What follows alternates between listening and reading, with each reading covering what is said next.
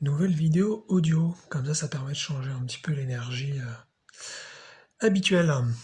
Je partageais une petite histoire, petite anecdote récente sur des projections.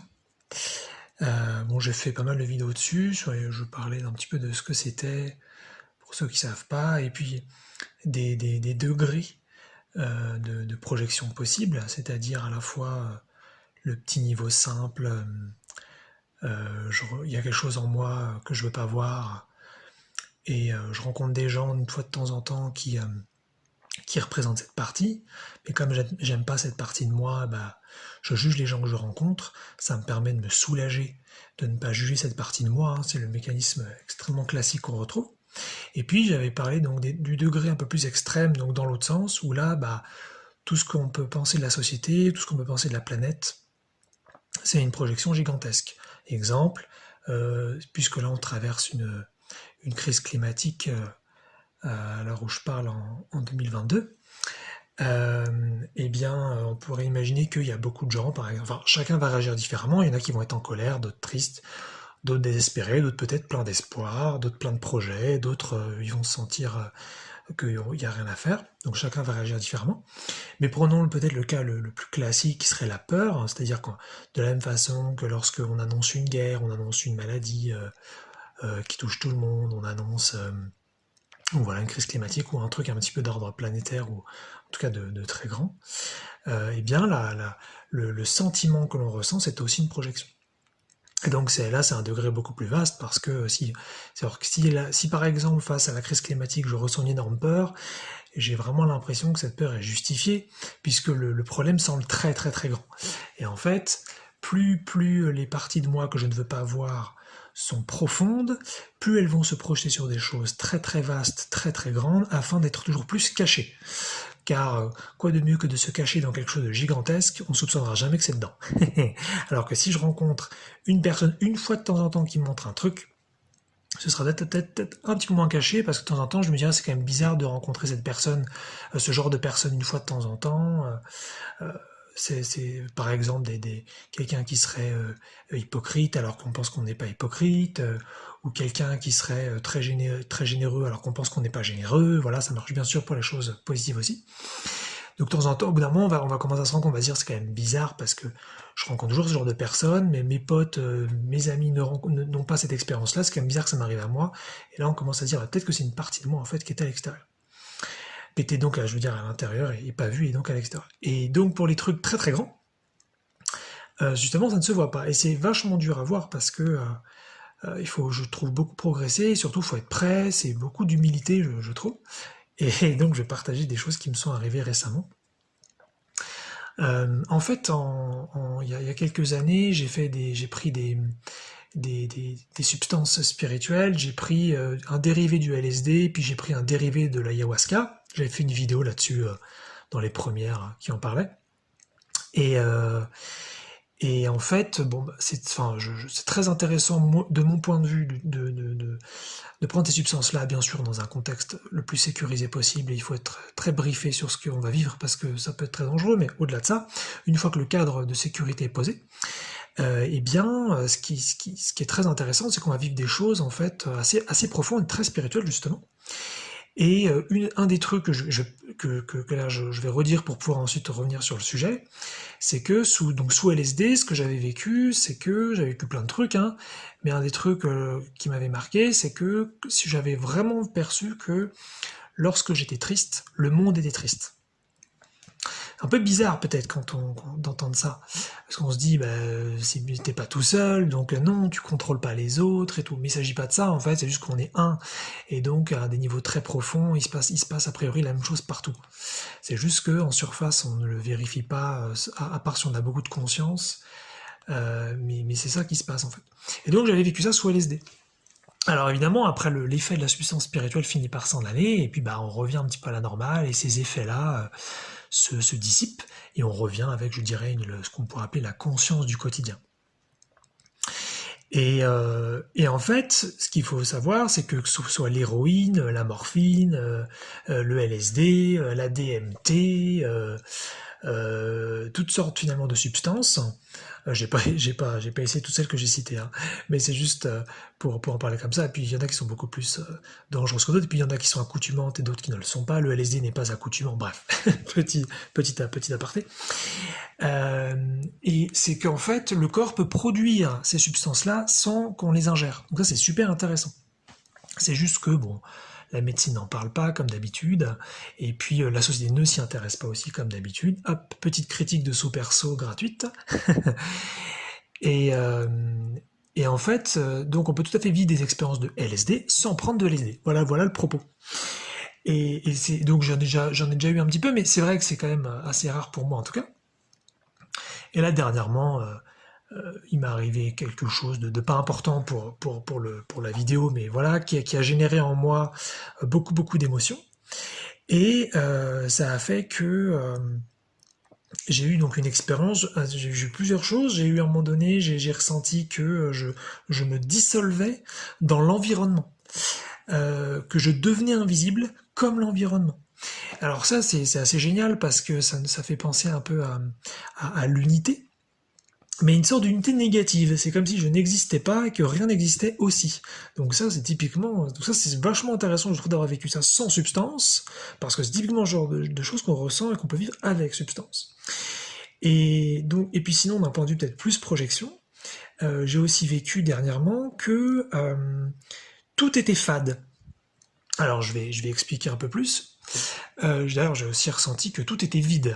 Je veux dire, à un autre moment. Mais c'est intéressant parce que c'est un peu la même chose, mais c'est des niveaux différents. Qu'est-ce que ça veut dire? Ça veut dire qu'on peut tous, par exemple, je sais pas, on regarde un film, par exemple, et peut-être que ce film, on le trouve fade, on le trouve pas très intéressant. Ou parfois, on rencontre quelqu'un et on trouve que la personne est vide, sous-entendu, n'est pas intéressante. Ça peut être un jugement violent, hein, mais c'est peu importe, c'est juste pour donner l'exemple. Et donc voilà, c'est des choses comme ça qu'on peut ressentir, que des événements sont vides, que des événements sont fades. Je dirais que fade, c'est un petit peu plus rempli que vide. Vide, c'est le niveau zéro, et peut-être que fade, c'est un tout petit peu au-dessus. Et donc, en fait, ce qui se passe, c'est que quand on n'est pas très conscient, quand on n'a pas ressenti beaucoup de choses qui est à l'intérieur, on a l'impression que le monde est réel, est à l'extérieur de nous, et que toutes les expériences, en fin de compte, que ce soit ce qu'on mange, les personnes qu'on rencontre, les choses qu'on peut voir, qu'on peut entendre, les choses qu'on peut faire, toutes les activités qui existent sur Terre, c'est comme si elles contenaient une valeur de remplissage différent. Par exemple, si je fais un sport, ça me procure tel ressenti, si je veux voir un film, ça me fait tel ressenti, si j'ai une relation sexuelle, ça me fait tel ressenti, si j'ai une conversation avec quelqu'un, c'est tel ressenti. Et tout ça, on pourrait dire que ce sont des remplissages différents qui vont bien sûr varier pour chaque personne, mais ça va faire que chacun va donc avoir une impression différente, quelque chose va lui apporter plus de plaisir, plus de remplissage, plus de contentement, ou plus de négativité, mais là je prenais plutôt des exemples positifs. Et en fait, ça nous donne cette impression que les choses, les émotions sont donc dans les expériences, elles sont à l'extérieur, et on se dit, bah la preuve, c'est que ça me fait ressentir A, et ça me fait ressentir B. C'est donc bien que ça vient de l'extérieur, puisque ce sont des expériences différentes. Et c'est ça, bon, c'est ça un peu l'illusion aussi, c'est nous faire vraiment croire que c'est réel alors que ça l'est pas. Et une bonne façon de le prouver, c'est ça, c'est de ressentir que tout est pareil. Et donc ça, c'est quelque chose que j'ai vécu dernièrement, où tout était fade. Mais c'est très bizarre, en fait. Enfin, c'est assez facile finalement à expliquer et à décrire, mais c'est très bizarre à entendre si on ne l'a jamais vécu. C'est qu'en fin de compte, si on ressent qu'une nourriture est fade, ou si on ressent qu'une conversation est fade, et ben moi je ressens que tout est fade, mais pas, je dirais, pas des événements précis. Je ressens, en fin de compte, j'ai ressenti pendant un temps assez long, c'est-à-dire peut-être, je ne sais pas, une demi-heure, que moi j'étais fade, que les objets autour de moi étaient fades, que la société était fade, que le monde était fade, que les êtres vivants autour de moi, donc des plantes par exemple, des arbres, étaient fades, que les gens que je pouvais voir dehors, ils étaient fades, et que donc tout était fade.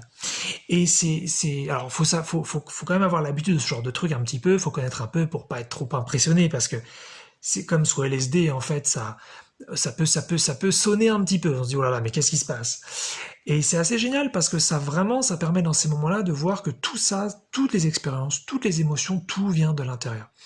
et qu'en fin de compte, c'est nous qui remplissons l'expérience, c'est nous qui donnons du sens. Et donc voilà, donc ça c'est un truc que j'ai vécu qui était assez fou. Et j'ai vécu ça aussi, mais ça c'était un peu plus tôt, quelques semaines avant, quelques mois avant. J'ai ressenti donc que tout était vide, ce qui est pas tout à fait la même chose. C'est un petit peu, voilà, on se rapproche un peu de l'invisibilité, c'est un peu plus d'une non-existence, d'un non-intérêt profond. Alors que le fade, c'est un peu plus, c'est une sorte de tout petit intérêt. C'est genre, bon, bah, je le fais, mais quelques minutes, après ça me saoule.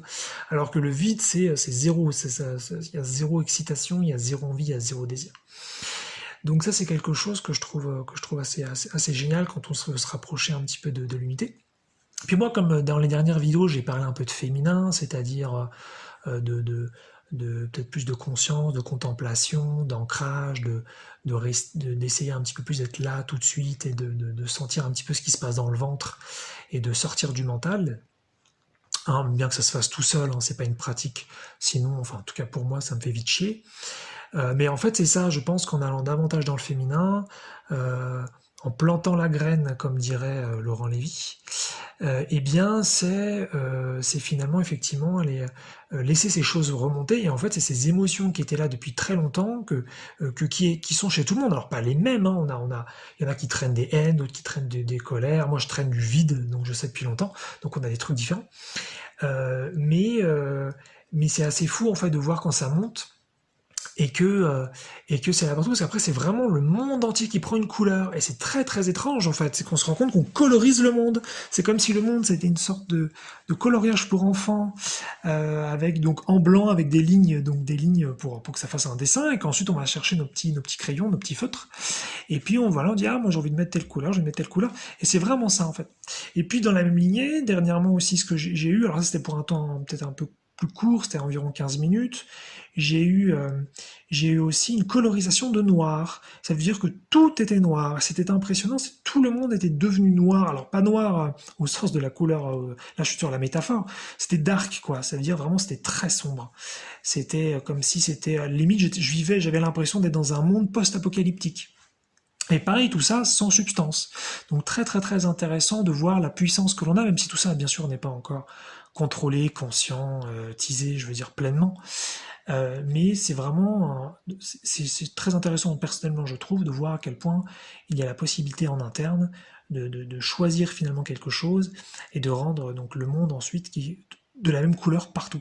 Et c'est ce qui explique aussi pourquoi il y a des gens qui sont un petit peu qui trouvent que la vie est super, d'autres qui trouvent que la vie est pas super, et chacun ne comprend pas comment l'autre peut penser ça, parce que dans leur ventre, il y a cette colorisation du monde. Et comme si les gens ne conscientisent pas que c'est eux qui colorisent et qui donnent du sens et qui donnent des émotions à leur monde, et il n'y a pas de souci, on n'est pas obligé de le faire, mais ça effectivement, ça va donner l'impression que ce que je ressens du monde vient de l'extérieur et non pas de l'intérieur, et que donc la conclusion que je fais sur l'expérience et sur ce qu'est le monde et ce qu'est la vie est une conclusion objective et réelle. Et donc quand je rencontre quelqu'un d'autre qui a une conclusion différente, eh bien ça dépasse. Parce qu'on se dit mais c'est pas possible, moi ma conclusion elle est objective. Et en fait non, ça vient donc d'une colorisation interne du ventre. Je trouve ça très très rigolo. Donc ouais, donc tout ça pour dire que on peut, ça va très très loin cette histoire, et ensuite ça permet justement enfin d'aller taper un petit peu dans les grandes projections, comme là, donc si on parle de la crise climatique, si on parle de la guerre en Ukraine, si on parle du Covid, ça c'est des grandes projections, ça peut être donc des grandes haines, des grandes peurs, des grandes impuissances, où on est convaincu que il y a un gros truc à l'extérieur de nous qui est complètement indépendant, et que l'émotion qui vient de cette chose est tellement grande que ça ne vient pas du tout de nous et qu'on ne peut rien y faire. Eh bien non, c'est aussi une projection. C'est simplement une invitation, un appel de soi, de l'univers comme on a envie, de nos parties inconscientes ou plutôt futures conscientes, pour ressentir, pour je dirais assumer ce qui est à l'intérieur, pour que ça devienne, donc ça monte en surface et que ça puisse être vu et transcendé. Et c'est ça en fin de compte. Mais c'est vrai que voilà, moi je commence un petit peu à le voir ça. Là encore, pareil, là il y a pas longtemps. Moi, par exemple, voilà, depuis que je suis adolescent, j'ai toujours l'impression que le monde est triste, que tout le monde fait la gueule, que tout le monde est malheureux, que tout le monde se ment, est hypocrite un petit peu, j'ai un petit peu ce sentiment-là. Et je m'étais toujours dit, mais non, c'est la vie, c'est la société. Et puis en plus, j'ai plein de preuves de ça, donc je vais dire, ah bah oui, j'ai raison. Et là, dernièrement, comme je commence vraiment à avoir ces projections de plus en plus vastes, je m'ouvre à des possibilités toujours plus vastes et toujours plus folles quelque part, et j'ai commencé à voir que non, tout ça, ça venait de moi, et que les gens ne me regardent pas, ou que les gens me font la gueule, ou que les gens me déconsidèrent, ou que les gens ne m'intéressent pas, tout ça, donc ça vient de moi. Mais c'est vrai que ça prend du temps, parce qu'en fait, on passe je rencontre une personne, une fois de temps en temps, qui me déconsidère, et déjà, j'ai mis du temps à voir que ça venait de moi, je voulais même pas accepter qu'une personne le fasse, que c'était à l'intérieur alors qu'en fait c'est ça, enfin que je pensais que c'était à l'extérieur alors que ça venait de l'intérieur. Et maintenant, ce que je suis en train de dire, c'est que tous les gens que je croise, si je fais un tour de dehors et que je me rends compte qu'il y a des dizaines de personnes qui ont ce comportement-là, et bien c'est que ce comportement il vient de moi. Et donc voilà, donc en fait c'est vachement intéressant puisque dans la première vidéo sur les projections, j'avais dit qu'il fallait vraiment y aller doucement sur ce truc. Et là maintenant ça commence vraiment à s'ouvrir et je commence à voir des projections donc gigantesques en fait. Et ça montre à quel point on est ça montre à quel point on est puissant, même si je suis pas à un stade donc conscientisé, contrôlé, mais c'est assez fou et ça permet aussi de détendre et ça permet aussi en fait on peut vraiment traverser les pires émotions, les pires trucs, in fine ça va le faire, tout va bien. Euh, mais voilà, donc encore un petit coup sur les projections et que tout ça, bah, c'est une grande illusion. Après, on peut discuter finalement de l'éthique qui est liée à tout ça, mais ça, c'est un autre sujet de vidéo. Mais en tout cas, voilà, même les grandes peurs, les grandes haines, les grandes colères, tout ce qui semble être à l'extérieur, les grandes impuissances face à des catastrophes naturelles ou des catastrophes humaines, eh bien, tous les sentiments qui viennent de tout ça, aussi grand soit-il, ça vient de l'intérieur.